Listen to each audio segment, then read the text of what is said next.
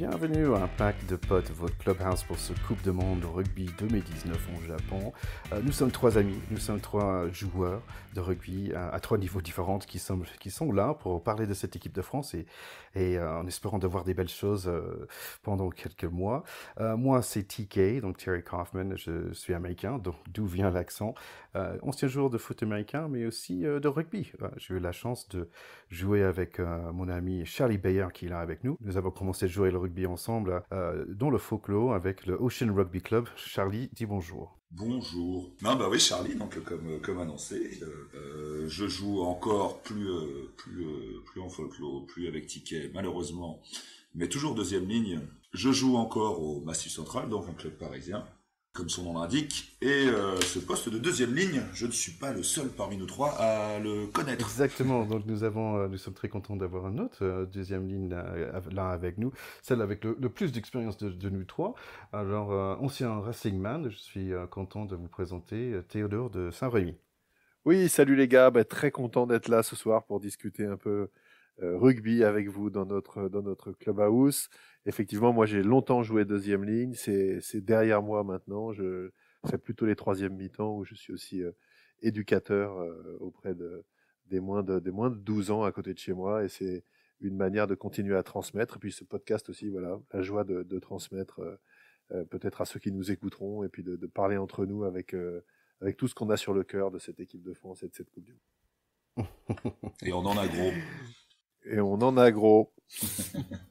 Oui, je pense que moi, personnellement, j'ai pas mal de choses à apprendre dans le rugby. Qu'est-ce que c'est un ruck, par exemple? Ça me reste toujours un peu, tu vois, c'est un peu éphémère. Je sais pas exactement ce que c'est. Est-ce que c'est l'arbitre qui dit? Est-ce que moi, je devrais savoir? Comment est-ce que je peux toucher le ballon? Je sais pas. C'est un peu vague. Tu m'éclaireras plus loin. C'est quasiment un sujet philosophique, Ticket.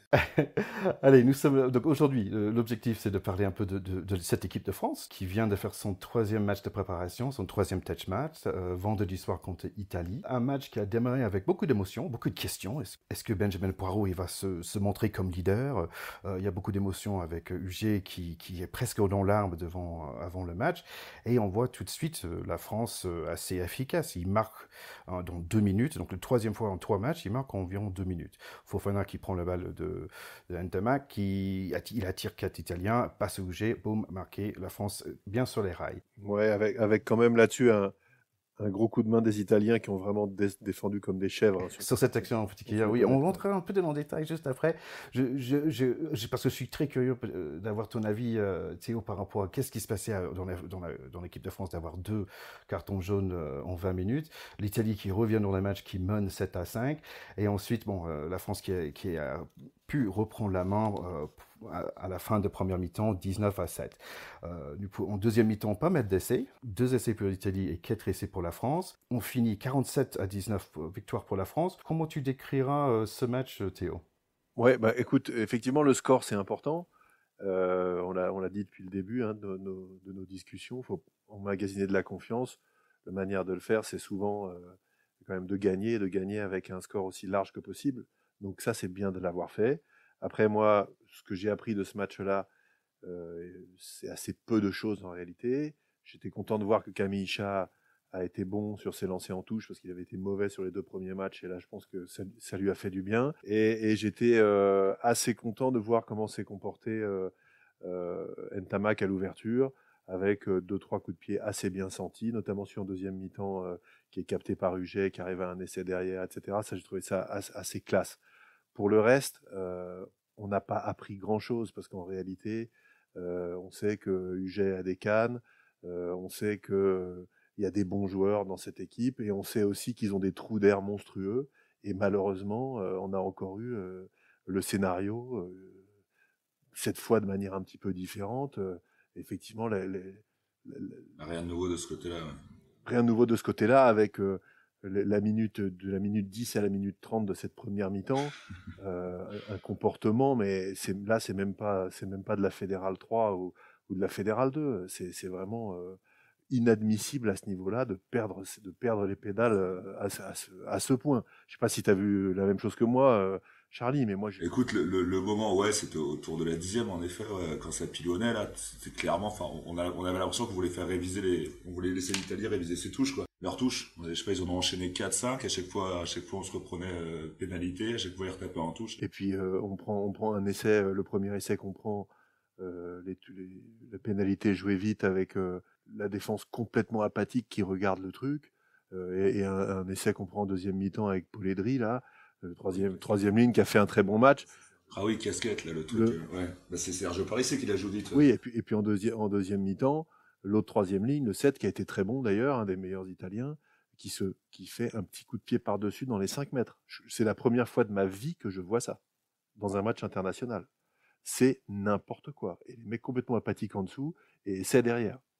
Donc, moi, j'ai été quand même un petit peu partagé, parce qu'effectivement, il y a quelques bonnes actions. On sait qu'on a des bons joueurs de rugby, hein, ça on le sait. Malheureusement, on ne vient pas voir si on a des joueurs de rugby qui ont le niveau pour être internationaux. Ça, on sait que c'est vrai. Le problème, c'est qu'on voudrait avoir une équipe avec des leaders, des idées et des certitudes. Et ça, c'est une catastrophe. On ne l'a pas du tout, quoi. C'est-à-dire que là, pour moi, le bilan des 3 matchs, c'est qu'aujourd'hui, on n'a rien appris. Ok, ils sont affûtés physiquement. Ok, ils sont capables de faire des bonnes choses, mais ils ont toujours autant de lacunes sur le leadership, les convictions et le fait de savoir avancer ensemble. Voilà. Donc oui, donc Théo, j'entends que bon, tu as vu ce que tu attendais de voir, pas plus et peut-être parfois un peu moins. Charlie, est-ce que tu as vu d'autres choses, toi? Non, je suis totalement de cet avis-là. C'est vrai que, bon, quand même, ne boudons pas notre plaisir.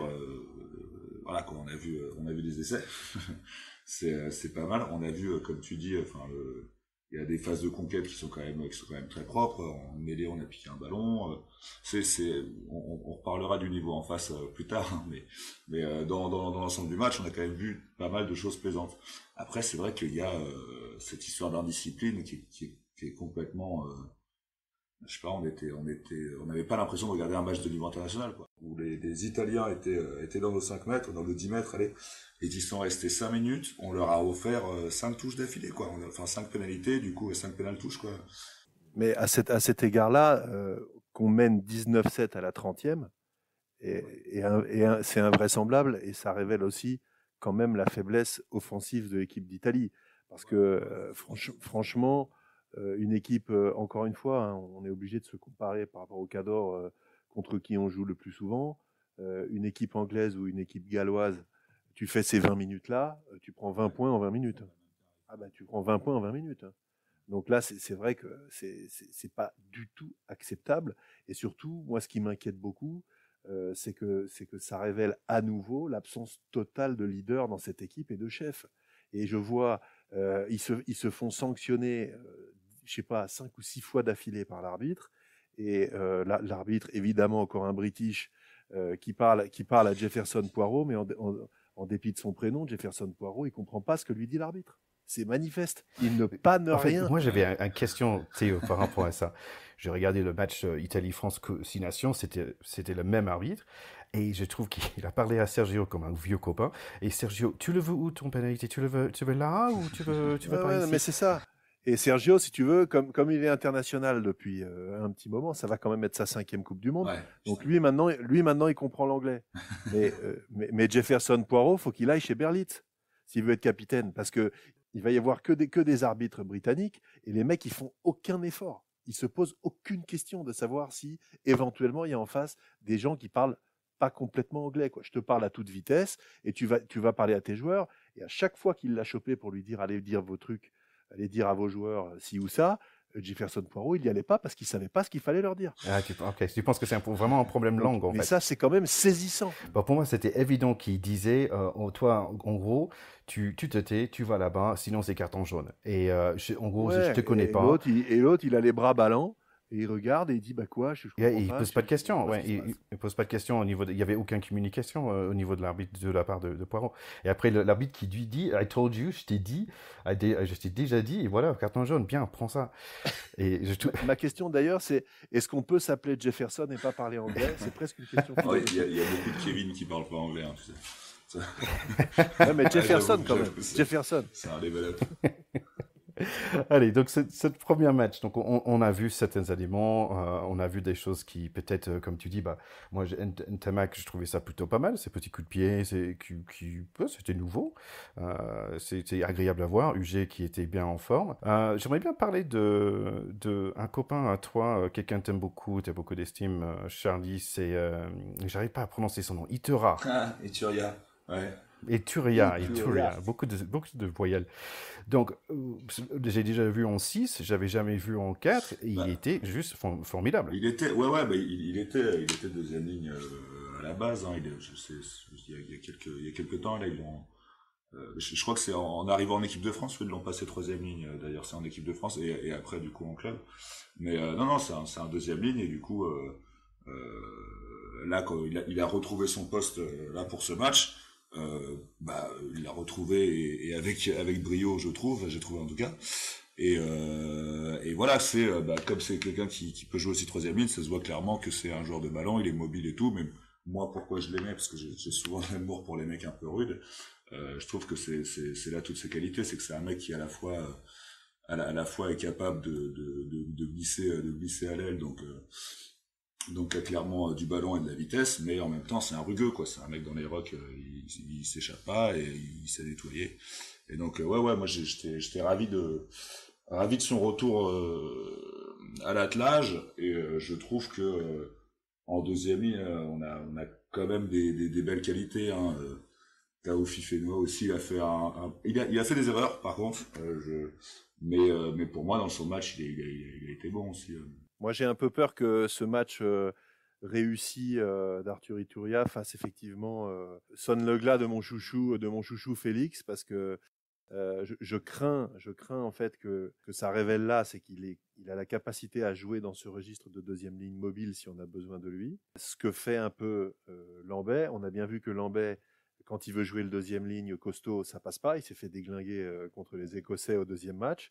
Et donc, comme la concurrence se bouscule en troisième ligne, avec un petit peu beaucoup de candidats, et puis Camol qui a quand même fait un gros match, peut-être que Brunel se dit merde, ça va être difficile de ne pas l'emmener quand même. Moi, je crains un peu qu'ils prennent du coup Ituria et qu'ils sacrifient Lambay sur l'autel de ce choix. Ce sera peut-être légitime, hein. Lambay a fait un bon match, mais en fait, il fait le match du registre d'Ituria en deuxième ligne. C'est-à-dire qu'il a fait un moment, il a pris des intervalles, il a fait jouer derrière lui, c'est là-dedans qu'il est bon, et pas du tout en allant défier en one-to-one. Avec Ituria, dans ce rôle-là, il joue un peu dans le même registre que Lambay. Et en tout cas, c'est une bonne pioche, je trouve, d'avoir retenté ça. D'ailleurs, il marque un essai dans un comportement un peu de troisième ligne, tout en faisant un bon job de deuxième ligne. J'étais très content de le voir, on va dire, récompensé pour tout son travail d'avant avec un super essai vers la fin du match. C'était agréable. Première équipe de France en plus. Ouais. Est-ce qu'il y avait d'autres joueurs, Charlie, qui t'a intéressé? Moi, j'avais trouvé Camara, il avait un peu faim. Ouais, Picamol après, aussi, il avait envie de manger. c'est ça, j'avais parlé de Picamol et de la troisième ligne en général, c'est que je pense que on a senti sur ce match la concurrence de la troisième ligne, quoi, clairement, parce qu'il y en a qui sont. Picamol, c'est un peu le papa qui dit j'existe encore et qui a fait un super match, Ouais. et qui est là pour dire non, mais les cocos, je ne m'enterrerai pas. Et voilà, après, tant mieux, mais il a voulu prouver et il l'a fait avec brio. Camara, pareil, il était souvent bien visible. J'ai bien aimé aussi ce joueur-là. Moi, c'est la troisième ligne. Pas que le match contre l'Italie, mais un peu sur tout ce qu'on a vu là sur les 3 matchs de préparation. On a quand même des belles qualités, quoi, à ce poste-là. Ouais, moi j'ai bien aimé aussi un match assez discret, balle en main de Loret, mais par contre au plaquage et dans les rucks et tout, il est quand même exceptionnel. Enfin là-dedans, c'est un numéro pour découper, et ça c'est quand même sympa. D'ailleurs, je précise qu'on dit Loret, mais il faut dire Lorette, parce que à la Réunion, ça se prononce Lorette. Et je sais que si jamais il y a des Réunionnais qui nous écoutent, ça va les énerver qu'on dise Loret. Donc je précise qu'on dit Lorette. Bah, en fait, j'avais deux questions par rapport à lui. Un, comment est-ce qu'on prononce son nom? Voilà, Wenceslas son prénom. Lorette. Vas-y, il y a combien de syllabes? Wenceslas. Wenceslas. Donc, ok, en gros, je vais jamais dire son nom. Le deuxième, je me posais la question vraiment, est-ce que c'est le nouveau Jason Statham français? Je trouve qu'il a la même tête. C'est une question très pertinente et on lui a trouvé une reconversion si Très, très importante. pas, Bon, je pense qu'on... Cherchez Jason Statham sur Google. Regardez. Donc, je pense qu'on peut clôturer sur cette match. Moi personnellement, j'étais content de voir un essai du Dupont, un petit essai de Filou qui m'a fait penser à un Skinner d'Irlande il y a très longtemps. Ah oui, mais magique celui-là, mais bien sûr. Ah ouais. Bien sûr, il bat quand même 3 défenseurs à lui tout seul. Ça aussi, on le sait quand même. On sait qu'il sait le faire et il le fait, c'est bien. C'est ce que je disais un peu quand il y a quand même enfin, faut pas tout bouder non plus de ce match face à l'Italie. Il y avait des plaisirs qu'on a pris sur cet essai notamment que. Moi, sur ce match, j'ai quand même deux petits trucs à rajouter. D'abord sur le casting, c'est un peu inattendu, mais franchement, Christian Jean-Pierre, Dimitri Yachvili au commentaire, je pense que ça va être très pénible. Je les ai vraiment pas trouvés bons du tout. Et Dieu sait que parfois l'Arto sur France 2 il m'énerve, mais là Christian Jean-Pierre ça va être long la Coupe du Monde là-dessus. Et le seul truc c'est que si jamais ça se finit un peu trop tôt, on aura quand même ce petit soulagement là, parce que déjà c'est vrai que pour nous regarder du rugby sur TF1 c'est bizarre, mais alors en plus avec Christian Jean-Pierre et j'ai trouvé que Yachvili, que j'adorais comme joueur, attention, etc. C'était un monsieur, il a tapé les Anglais autant de fois qu'il les a joués ou presque, etc. Donc, mais par contre, il faut qu'il mette le réveil aux commentaires, parce que là, c'est... Bah, il est peut-être un peu comme nous, tu vois, Yachvili, il est un peu en rodage encore, tu vois. Ouais, mais enfin bon, nous, on est des amateurs quand même. Lui, il est censé être professionnel. Oui, c'est vrai. S'il est là, Bien sûr. Et après, il y a un autre truc que je trouve indécent et honteux. Voilà, excusez-moi d'utiliser ces mots-là. C'est que ce match-là, au Stade de France, devant 20 000 personnes, mais j'en peux plus, quoi. J'en peux plus, quoi. C'est-à-dire que la Fédé qui organise ce match-là fin août pour donner de l'énergie à tout le monde dans un stade vide, mais c'est quoi ce plan ? C'est quoi ce plan stratégique ? Il y a combien de stades en France de 20 000 places avec des mecs qui seront contents de voir l'équipe de France avant qu'elle parte à la Coupe du Monde ? Mais il doit y en avoir 50. Je sais pas, mais qu'ils aillent jouer à Jean Daugé à Bayonne ou je sais pas quoi, avec une Peña Bayona d'enfer et 15 000 personnes, tu vas voir l'ambiance. Et là, les mecs, ils vont avoir effectivement les coronesses qui vont leur remonter aux amygdales et ils vont être contents. Et là, putain, un stade vide, les 2 étages du haut fermés. Allez, donc pour clôturer sur ce match, donc on a vu des bonnes choses, on a vu des choses moins bonnes. Moi, je voulais faire un point sur les barbes. Notamment le 15 italien. Là, il a vraiment monté la voie à ses coéquipiers. Qu'est-ce que c'est une bonne barbe ? Malheureusement, un peu de moins de niveau de réalisation sur le terrain pour lui. Je pense que c'est parce que c'est une barbe qui n'est pas très aérodynamique, et ça, c'est important pour un 15. Ça, c'est tout à fait. Et alors, je signale que comme italien, il se pose là quand même, il s'appelle quand même Hayward le 15. Donc, c'est quand même pas mal comme nom de Rital. Alors, par contre, sur les noms, ils sont impeccables, parce que Riccioni, Ferrari, Zani, honnêtement, ils sont au top. Par contre, non, sur le 15, ils y sont pas. Bon, il y a toujours le Sudaf de service, il y a quand même un mec qui s'appelle Stein, il y en a toujours un dans une équipe. Il y a toujours un Sudaf dans une équipe, donc ils en ont un qui s'appelle Stein. Bon, ok. Mais après, voilà, Campagnaro, Bellini, Minozzi, et puis alors, le tout avec un maillot avec marqué Cattolica. Ça, c'était exceptionnel également. J'ai mis un petit moment à trouver ce que c'était. Ça a l'air d'être une boîte d'assurance. Bon, j'ai trouvé que ça avait peut-être un peu plus de capacité d'identification à Rome et tout ça que Altrad sur le maillot français, qui reste pour moi un naming assez improbable, mais bon. Si on parlait rapidement de cette équipe d'Italie, parce que quand même on va les voir dans ce Coupe du Monde, on n'a pas déjà parlé de Parissé, ses qualités de capitaine, quelqu'un qui est là depuis très très longtemps et ça va être son dernière Coupe du Monde. Est-ce que vous avez cinquième, c'est quand même énorme. C'est un truc de fou. Est-ce que vous avez noté d'autres choses par rapport à cette équipe d'Italie? Moi j'ai vachement aimé leur demi de mêlée, Tebaldi, qui éjecte super vite et qui est vraiment bon. Et après, Parissé, et puis Polledri, celui qui nous marque le deuxième essai. Oui. C'était joli, son essai. Avec le petit coup de pied par-dessus, il fallait quand même l'oser, celle-là. J'ai trouvé que lui, il avait fait un super match. Pour le reste, honnêtement, ils vont quand même faiblard, très faiblard. Ils risquent d'avoir mal, quoi, quand même. Là, sur la Coupe du Monde, tu te rends compte qu'ils vont quand même jouer les Blacks et les Sudaf. Ça va quand même être tendu. Oui, donc dans nos futurs épisodes, nous allons regarder chaque poule, on va prendre le temps pour aller plus dans le détail par rapport aux différentes équipes en chaque poule. Donc on regardera cette équipe d'Italie plus en profondeur à un autre moment. Ils ont un autre match bientôt contre l'Angleterre aussi, c'est leur dernier match Oh, d'entraînement. les pauvres. Donc les pauvres. Ils vont partir les valises pleines au Japon, c'est cool. Il faut, quand l'Angleterre en a quand même mis 57 à Oh l'Irlande. là là, Donc ouais, là, ouais. je ne sais pas combien ils vont en prendre, mais ça va être chaud. J'aimerais bien faire un petit point sur le presse et de presse en Angleterre. Qu'est-ce qu'ils disent par rapport à les différents matchs? Par exemple, je trouve ça Ah, marrant. En France, on dit oui, ok, c'est un triomphe modeste par rapport à la France qui bat l'Italie, mais par contre, en Angleterre, ils disent they crushed Italy, ils ont écrasé complètement. Et donc, en fait, cette vue, il est assez différente. En France, vous avez tendance à dire oui, on a gagné, mais c'était pas assez beau. Et les Anglais ils disent attends, vous avez détruit l'adversaire. ouais, on a tendance on a appris à réfréner notre optimisme un peu. Non mais vous allez pas, vous allez pas me dire tous les deux que vous tombez dans les panneaux que nous tendent les Anglais quand même. Ils disent uniquement ça pour faire C'est croire, fief les pour nous, Anglais. pour Une nous fois de faire plus. croire qu'ils nous trouvent bons, alors qu'ils savent très bien qu'on est des pompes. Enfin, en tout cas, ils adorent nous faire croire qu'on est bons, etc. Et nous marcher dessus derrière. Ouais, en Donc fait, moi, je c'était. rentre pas dans leur petit jeu. On crache de rien du tout. Oh, vous ne m'aurez pas. Non, non, mais attends, ils savent très bien ce que c'est qu'un match. Le match, ils l'ont vu en même temps que nous. Le trou d'air de 20 minutes, t'inquiète pas qu'ils l'ont vu et que si ça avait été eux en face, on aurait pris 3 essais. C'est effectivement ça. Le coach anglais, il a dit dans la presse, bah, nous, on peut pas gagner le Coupe du Monde comme ça après d'avoir battu l'Irlande comme ils ont fait. J'ai écouté un podcast par le Pays de Galles et c'était assez marrant parce qu'il se disait, bah, comment ça, on est numéro un il y a pas longtemps, on était 10e mondial et d'un coup, on est numéro un et donc ils se croyaient pas d'être dans leur position et que ça allait pas durer. Et effectivement, ça n'a pas duré longtemps parce qu'ils ont joué Irlande ce week-end, Irlande qui était vraiment sous le choc après cette grosse correction contre l'Angleterre.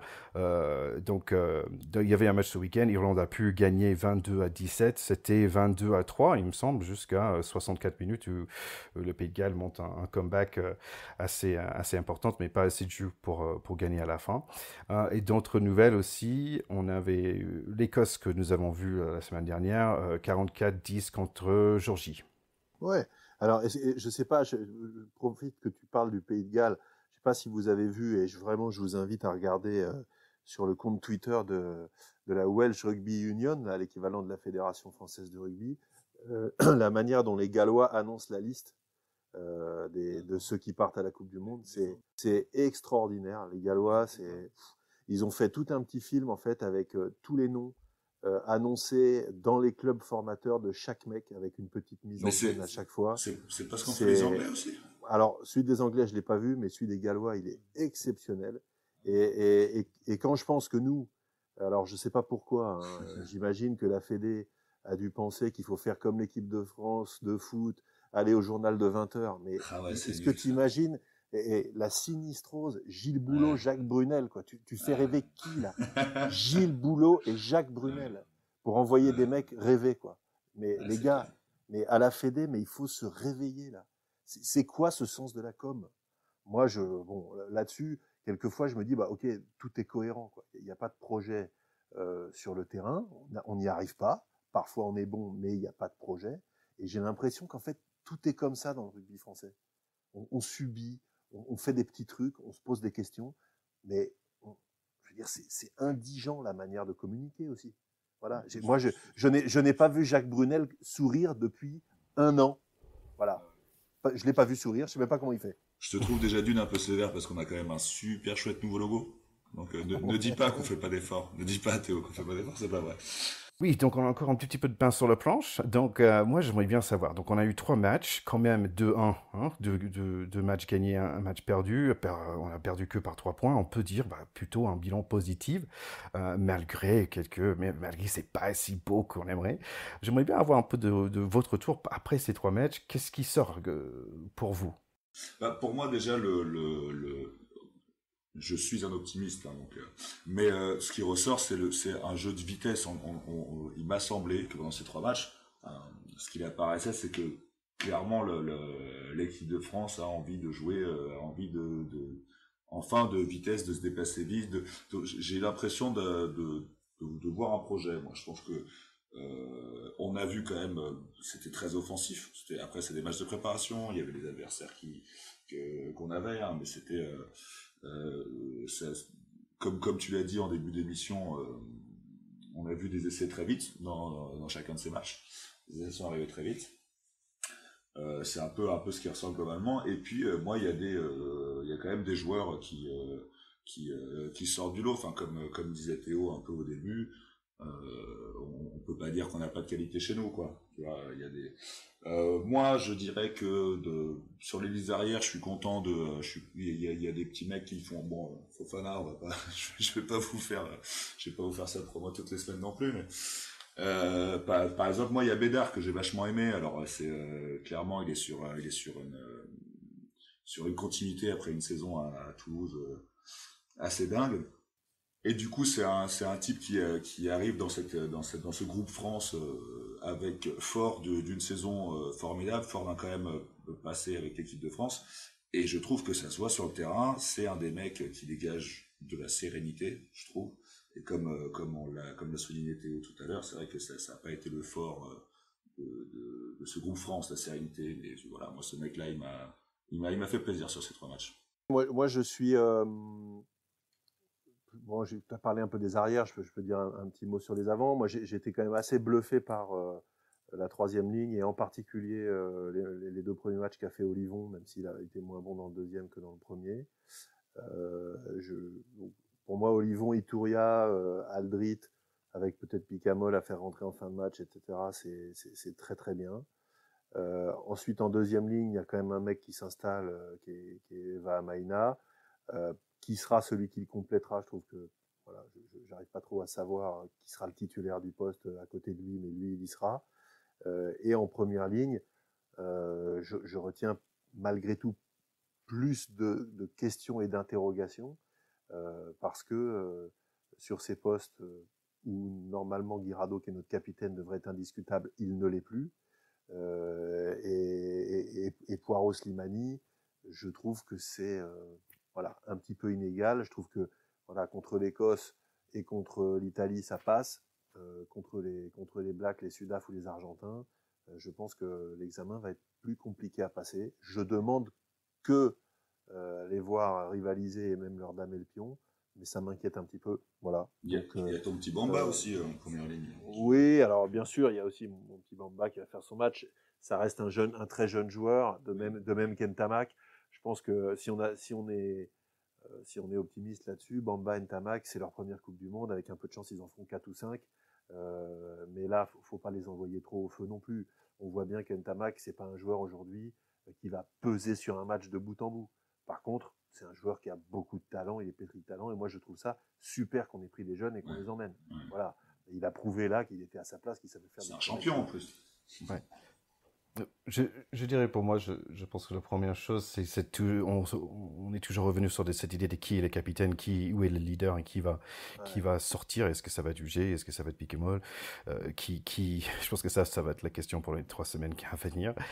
Et après, sinon, je te rejoins, Charlie. J'étais content de voir des petits nouveaux que je connaissais pas trop, qui ramènent un peu de lumière, un bouffée d'air frais, un petit French flair, si j'ose le dire, avec un accent américain. Mais le Dupont, Penaud, je vois un peu de lumière. Oui, et moi j'avais vu, j'espérais voir la lumière, mais il l'a un peu éteinte aussi. On n'en a pas parlé, je crois, mais Guitoun, il a bouffé quand même des occasions qui étaient catastrophiques. Là, j'ai eu un peu mal pour lui. Je me demande si ça va pas lui coûter sa place. 2 ou 3 fois, c'était un peu dur. Là, c'est chaud. Ok, suite à ces 3 matchs, est-ce que vous avez d'autres choses à dire par rapport à cette équipe de France? Moi, j'ai été un peu déçu qu'il y ait quand même 2 ou 3 joueurs qui se soient tapés la préparation pour rien. Je trouve que le staff avait pris l'engagement de faire jouer tout le monde. Ils le font pas. Je trouve que c'est pas réglo. Je trouve que c'est pas bien. Les mecs, ils se sont quand même flingués tout l'été à faire des 30-30, des bip-bip, de la muscu et des machins pour aller à la fin, même pas 1 minute sur le pré. C'est un peu humiliant et je vois pas vraiment ce que ça a changé d'apprendre là que UG sait faire des grands déboulés sur l'aile, oui, on le sait. Donc pourquoi pas faire jouer Rattez à un moment, lui donner sa chance une fois au moins pour le voir. Qu'est-ce qu'ils ont appris sur Johan UG à ce match-là? Rien du tout. Donc je trouve que c'est pas très fair et pas très réglo. Et puis je crains que on ne voit pas pendant la Coupe du Monde, ou en tout cas un minimum, Dani Priso. Et moi je suis très très déçu parce que c'est vraiment un mec, d'un point de vue du storytelling, il me fait complètement rêver avec son style. Et pour moi, c'est vraiment Barracuda dans l'agence Tourisque. Il a vraiment la gueule de ce truc-là. Alors, et malheureusement, il sera pas là. Donc peut-être, comment ça s'appelle en américain, l'agence Tourisque, Ticket? C'est The A-Team. The A-Team. En fait, ça veut dire quand tu envoies The A-Team, c'est le meilleur. C'est pas l'équipe B, quoi, tu vois. C'est ça, c'est The A-Team. Donc, je pense que Priso sera pas dans The A-Team. Et si vous vous souvenez, dans le scénario du feuilleton, là, de la petite série, ils ont toujours un problème parce qu'il faut endormir Barracuda avant de lui faire prendre l'avion. Parce qu'il supporte pas de prendre l'avion. Donc, si ça se trouve, on le sait pas. Mais le problème, c'est ça, c'est qu'il veut pas prendre l'avion pour aller au Japon. Ouais, et parce qu'ils veulent pas l'endormir. Voilà, et je finirai là-dessus. Ok, bon, merci beaucoup les gars. Donc voici la fin de notre premier épisode. Si vous êtes intéressés, nous avons fait d'autres épisodes, on va les appeler les préludes, des épisodes bonus sur les premiers matchs de l'équipe de France contre l'Écosse et l'Italie. Vous pouvez les écouter si vous souhaitez. N'hésitez pas à revenir avec nous tous les semaines, donc souscrire sur iTunes ou où vous trouvez vos podcasts. Vous pouvez aussi nous suivre sur Instagram, sur Facebook, sur Twitter, tous les bons endroits qu'il faut. On serait là toute cette Coupe du Monde 2019 jusqu'au novembre pour cette grande finale où, en espérant qu'on verra la France dans la finale. Donc je vous souhaite une très très bonne journée et que vous revenez nous voir la semaine prochaine. Merci beaucoup. Au revoir les gars. Salut Ticket. Salut Ticket. Allez. Salut Théo. Merci beaucoup à Manu Rodet pour la super musique. Merci à tout le monde. À la semaine prochaine. Au revoir.